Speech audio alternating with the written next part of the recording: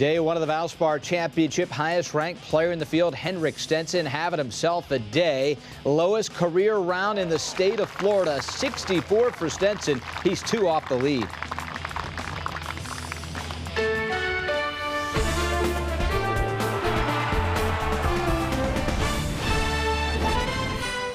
Golf Central, brought to you by Titleist. Henrik Stenson, 15 for 15 putting inside at 10 feet. Fired his best PGA Tour round since the final round of, you guessed it, Royal Troon and the Open Championship, his first major championship, good enough to win the Claret Jug. And with that, we welcome you to Golf Central. Wow, what a day at the Valspar Championship. Ryan Burr with PGA Tour winner Aaron Oberholzer, Masters champion Trevor Immelman. And really, leading up to this week, AO, all you think about is the Copperhead course, one of the most difficult courses that they play all year on the PGA Tour. And then we come on the air at 1 o'clock and bang, right out of the gate, guys at 9, 6, 7 under par. What happened today? Well, we got a cupcake is what we got. The guys definitely got a cupcake. But just to give you some perspective, last year, how many birdies were made in the first round? 317 birdies were made in the first round. We're not even done with the first round yet, and 412 birdies have already been made. So the golf course playing much, much more easy this year. You get the idea, though, like a snake in the grass that it is, Trevor, that Copperhead will find a way over the next 3 days maybe to even things up and once again show its fangs. Absolutely. I think with the fog this morning, greens played a little softer and they were running real true with not too much breeze out there, and the guys definitely took advantage of that. But like you say, it's going to get firmer and more fiery as the week progresses. Hopefully a little breeze kicks up. Mm-hmm. And you don't root for that, do you? Yeah, that snake pit will show its teeth again, Ryan. Well, there's no doubt the early wave on Thursday, the opening round, was certainly the wave to be out on the golf course. And Henrik Stenson, top-ranked player in the field, got the call early, and he would take advantage. Pick up Stenson at the 12th. Well, here's Stenson out of the bunker. Really awkward stance, very difficult shot, and hits it to 8 feet, and just a gorgeous improvisation there. And the story for him all day long would be the putter. Now the stroke looks fantastic right now. Just gently brushes it in to remain at 1 under. Stenson now at 13. This, Trevor, is 35 feet for birdie. You can see him playing safe there. Tough par 3. This is generally one of the toughest holes in the course. Playing safe the fat side of the green. Just judges this putt beautifully, was making putts all day long. He was. In fact, he made 116 feet 6 inches of putts today. The average last season was 68 feet, so it was a day for Stenson. We always expect the ball striking to be there. Well, he can flush it, there's no doubt about it. It's what he's known for. When the putter shows up, he does what he did today. But this golf course, you need to do this first. He makes birdie there, 3 straight. Give him the turkey. He's 4 under, moves to the front in the bunker again. And this is an underrated part of his game. A beautiful bunker player, fantastic technique, and judges that one to perfection. So really has all facets of the game going. There's no doubt he's on a roll at this point, Ryan. Second hole coming up the hill, some 1 club or so, maybe 8 yards. Pin located in the back, have to be precise with the distance. And he is, and that's about the easiest putt you can leave yourself on that green. Well, and all these shots coming out of the fairway. He hit 12 of 13 fairways, 14 greens and reg, but the story would be the putter. And this could be a tough green to read right here, but he pulls that one right in the middle. And it's his first event here on the PGA Tour in the U.S. And you think, well, maybe he's getting a slow start to the year. Then you realize that he has top 10s in 6 of his last 7 worldwide starts. He did WD last week in Mexico. But certainly when he gets off to a good start, he has closing power. And that's the kind of start he got off to today. A beautiful 64 for Henrik Stenson. He spoke with our Chantel McCabe.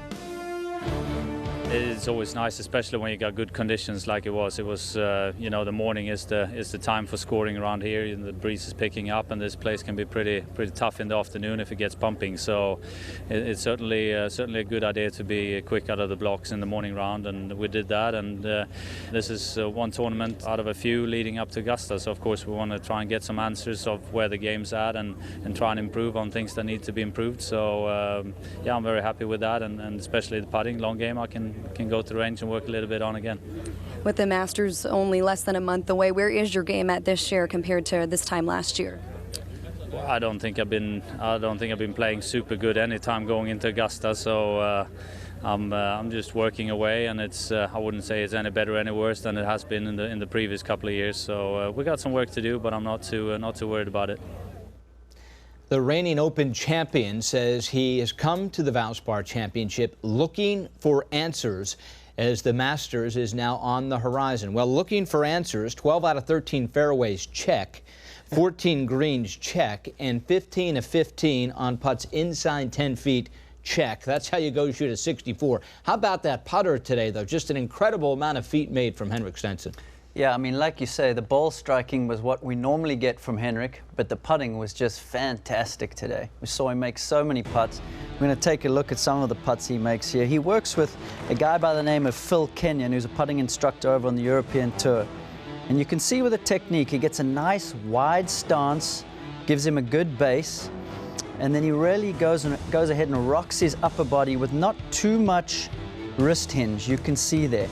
So what that does, along with having a face-balanced putter, there's very little face rotation, just rocks it back and through. And when this man starts to make putts, I'm not sure there's anybody who can beat him. And proof in point, think about how good he was last year, and then you look at strokes gained last season compared to today.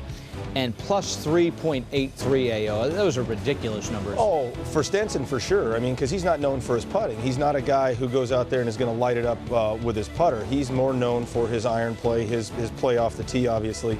So for Henrik, it's important that he continue to do what he's doing off the tee, because he gives himself so many great opportunities. That's his thing. He gives himself enough opportunities that he's going to make a few. And obviously, when he makes a few, he gets on this little roll like we saw today. I think that the ball striking for him and the way he flushes it around the golf course is always going to be there for him. You rarely see him off form in that regard. It's the putter that kind of keeps his momentum going, like it does for a lot of players, but for Stenson, for sure, it's one of the things that keeps his round going. And I think if he can continue to putt well, he's going to be fine going down, because I don't see his ball striking going anywhere this week. He keeps give himself these kind of opportunities. It's going to be tough for guys to catch him. Analytically speaking, and on paper, though, he's completely bucking the trend of what has been 2017. Henrik Stenson, world-class player for sure, top 10 player, but 40 years of age. The story this year has been the Justin Thomas, Jordan Spieth, Rahm, Hideki Matsuyama, the 25 and under guys. At 40, how is he able to hang in? Great technique, desire, the fact that he still has the game that can compete with these guys. It's not the golf ball, and it doesn't know how old you are. The golf course doesn't know how old you are, nor does it care. I think for Stenson, I think the fact that he keeps himself in great shape, number one. Number two, he keeps his game in great shape, and he's got the confidence. I mean, look at the year that he had last year, Trevor. I mean, how can you not have a ton of confidence coming into this year, knowing what you did last year? It doesn't matter. Age is just a number, I guess. It doesn't matter how I guess, to a certain extent, how old you are. It's how you feel, how you're playing at the time. And right now, he's playing some great golf. Well, he really started with the FedEx Cup victory in 2013, finished second in the FedEx Cup in 2015, played great again last year. Last year, maybe his best season of his career. And he's just so mentally tough. You know, this is a guy who's been in 2 slumps, lost his game, and has dug his way out both times back into being one of the best players in the world, and gets that first major victory at the Open last year. I can see another major in him at some point. I really can. Let's check out some live golf here as we head to the 17th now. Daniel Berger has it at 2 under, but at the 17th, he's playing his second from the bunker. It's the par 3 17th here. Big backswing there, hoisting it way up in the air. Having to get that one up quickly and try to stop it quickly as he short-sighted himself, but left himself a good uphill putt. Chance for a par. And looking at birdie now is Justin Thomas. Got off to the great start, opened up with an eagle today. Thomas once again leading the race for the FedEx Cup. He, of course, has 3 wins this season already. The last to win 4 times before the Masters, Dave Duval in 1999, but not the day for Thomas. He is fighting a bit of a cold. He pulled out of the Pro-Am because of sinuses on Wednesday. So you just wonder how the health is, but a chance for birdie here. Once again, opened up with eagle at his first hole of the day. It's his 7th this season. He had 11 eagles all of last year, and now a chance for birdie here at 17, live here on Golf Central. And we have seen 17, that pin cut, you know, kind of in the middle of the green toward the right-hand side. We've seen a lot of putts misread around this hole Very today, much so. Aaron, particularly from above the hole. So he's going to be going uphill here, So be it able looks to be like nice and aggressive with it. Looks like he's got it set up to move a little bit from his left to right. And there's another one misread. And mishit, looks like. And Not mishit. even in the ballpark. No, and that's part of the issue with this green, is that this green kind of visually you see one thing, but it does another. And that's why these greens are one of the hardest sets of greens to putt on the PGA Tour. In fact, they were the hardest from between 20 and 25 feet last year. They're very difficult. They're very tricky. They go with the slope of the land. Trevor and I were talking about it earlier, how the designer of this golf course did a brilliant job of just laying the golf course on the land. It didn't look like he moved a lot of dirt. So if the hole goes downhill, usually the green goes away from the fairway. He didn't perch them up, all of them up from back to front to set them against the slopes. He went with the slopes, which I think is very cool. Interesting for sure, Aaron, as we take a look now at these guys. Berger, of course, left himself some work here at the 17th, coming out of the bunker. And both young, you know, you think about the Ryder Cup last year, and you actually heard Berger's name for a bit, much more than Justin Thomas, who was really never really made that final cut of names to make the Ryder Cup team. Since then, of course, he's won 3 times, and you got to believe he will be on the President's Cup for sure with those 3 wins this time around. But here's Berger, another young player that has shown a ton of promise. He's got to try to get an up and down here from a pretty good distance. Let's see if he can read this correctly. It won't break to his left like he's thinking from what we've seen so far today. And he, too, will walk away with bogey here at the tricky green at the 17th. Sometimes you maybe just have to bring the best putter in the world in, or one of those, which is Steve Stricker, and have him show us how to do it. Well, Steve's definitely been that throughout his career. That's the club that's done the most damage for him in his career. That and his wedges. He's underrated. I don't think people talk enough about his wedges, how great he is from inside 125 yards. And he is going to take his game to the PGA Tour champions as he is ready to play on both tours. But interesting grouping here, Thomas Berger and the elder statesman, 50-year-old Steve Stricker. Stricker's getting a look at potentially 2 guys that are going to be on his President's Cup team later this year. So I always found this fascinating, especially with Jim Furyk's in the field as well, and both of those guys are the next 2 captains for the United States, respectively, for the different Cup teams. And they're still playing, and they're playing at a fairly high level, so they get a great indication of watching these young guys that they're playing with, of what these young guys are doing. So they, and depending on who they're going to play with, they get a good look at some of this young talent that's going to be making the teams for years to come. The other cool thing about this group is Steve Stricker's old caddy now works for Justin Thomas. That's right, Jimmy Johnson. So they'll all know each other real well. And Strick hasn't made many putts today. No, he's been struggling with the putter today. There's no doubt. It's not a shock based on the way he's been going today. So not a whole lot of highlights there from the Thomas, Berger, and Stricker group at the very difficult 17th on the Copperhead course. We'll continue to bring you live golf as it becomes available, but in the meantime, we have some breaking news here on Golf Central, as Tiger Woods has officially tweeted that Bay Hill will not happen, and the Arnold Palmer Invitational not part of his plans, as really we all sit in limbo with relation to Tiger's back and health. Here's Tiger's tweet: sadly missing the 2017 API. Really wanted to be there. Best wishes to the Palmer family and everyone at Bay Hill. This, of course, is a golf course that Tiger Woods has dominated. It is won there 8 times in his career, and with the passing of Mr. Palmer, so many stars, and Tiger Woods had a special relationship with Arnold Palmer. You know he wanted to be there, but boy, the future of Tiger Woods, 2017 and beyond. It seems like every week that one of these tournaments, and I think we all kind of look at the Masters as really the telltale for Tiger, if we see him again in 2017. But for now, one after another with this latest injury, the API, the latest to be scratched from Tiger's playlist, which we thought for sure he'd be at. I thought for sure that he'd have a chance to be there. I didn't know that he was going to be there officially. I thought it was 50-50 that he'd make that tournament, but just knowing what I've been hearing or in the past of how his body's reacting to these latest setbacks, it didn't seem plausible that he was going to be able to make it. And it's sad that you've got the two guys that I think that that defined our generation playing on tour in Tiger and Phil. Phil just opting not to play next week, but Tiger having obviously a very more than legitimate excuse to not be there with his back being bad. It's too bad for the API. Well, if you look at Tiger Woods and you think back to the very end of 2016, he plays the Hero in the Bahamas, his event, and while he didn't play well necessarily, he did lead the field in birdies made, also led it in bogeys and other, but he showed signs, certainly in ball speed and driving, that there's a chance we're going to get the old Tiger at least in glimpse. Then he comes out with his 2017 schedule, very aggressive. He's going to play Torrey, he's going to play Riviera, he's going to play in Dubai, he's going to play the API. Very aggressive schedule where, in his mind, when he put that schedule out, he had to believe in 2017 he was all in and going to make a charge at this comeback. Watching him swing it down at Albany, I thought for sure that he was fine. He was creating lots of speed. Like you said, the ball speed was up. His body looked good. But that's the thing about back injuries, and I've had back injuries before. I've had protrusions in discs that were hitting nerves, and it's not fun. You never know when they're going to flare up again.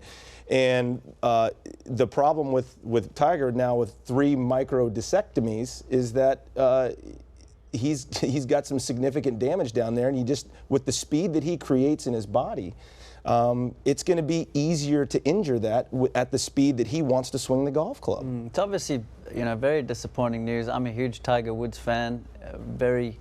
Very clear understanding of what he's done for our game. And I was fortunate enough to chat with him for about 15 minutes in Dubai, and he seemed in great spirits. He seemed happy to be back out there and playing. He was talking about Torrey the week before and how long the course played and how tough it was with the rough being so heavy and juicy.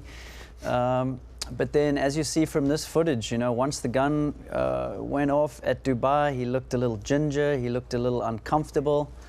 And isn't that the question, though, where we sit now, is he took a year off, essentially, from when we saw him at Wyndham until when he came back at Hero. While everyone said, he's going to try to come back too early, he gave it the time. He did the right thing. He took the extra time to make sure that he was healthy. Then we see in the Bahamas, and he looks healthy. But the fact that it happened this quick, and he's on the shelf again for now months at a time, it's not outlandish to think that, hey, there's just a chance that this back's never coming back. Well, the thing is, he doesn't have a crystal ball as to how the recovery is going to go. I mean, he's given it his best shot. For sure. All the time and resources and money that he can to try and get out there practicing and playing again. But, it's very hard for us to be critical of his game or his swing or his technique at all until he is 100% healthy. And that's the thing that hopefully he can get sorted sooner rather than later. And that's the hard part. The question is now, Ryan, will he ever be 100% healthy? Because I don't know the answer to that. I don't know that he knows the answer to that. An injury ended your career when you were still playing competitive golf. Well, you said, I'm not going to play anymore. I can speak for myself only. I cannot speak for Tiger Woods because I don't know the situation, obviously, as well as he does. But I can tell you what your body does when you've had the same surgery multiple times in the same area like I have. It can't take the same amount of force. It just cannot. He's had 4 left knee surgeries. He's had 3 back surgeries. I've had 4 left hand surgeries. I can't create the speed, and my hand can't take the force necessary to play at the highest level against these animals anymore who can still create it like Trevor can, 120 mile an hour clubhead speed. I can't compete at that level. So Tiger must feel that he's still got a chance, and why not? I tried for 2-3 years to come back to see if my hand could handle it. He's got to go through that same process to see if he can handle it. And if he finds that he can, then he will continue to play. If he ultimately finds that he can't, he'll make the same decision that I made and just said, look, I can't do it anymore. But it's a hard decision to come to realize that, especially when you lose it in the prime of your career like I did. It's hard to come to that realization. Well, Tiger's won this event 8 times. We're going to discuss more, Trev, so hold that thought. No other player has won it more than twice. Tiger's won it 8 times, his last coming in 2013. But it is official now. Tiger Woods will not play the Arnold Palmer Invitational next week at Bay Hill in Orlando, Florida. A full statement from Tiger, more reaction. Keep you up to date from the Valspar as well next. Golf Central is brought to you by the new Titleist Pro V1 and Pro V1X. Choose the best for your game. Shipsticks, the largest golf bag shipping company in the world, simplifying the way you travel.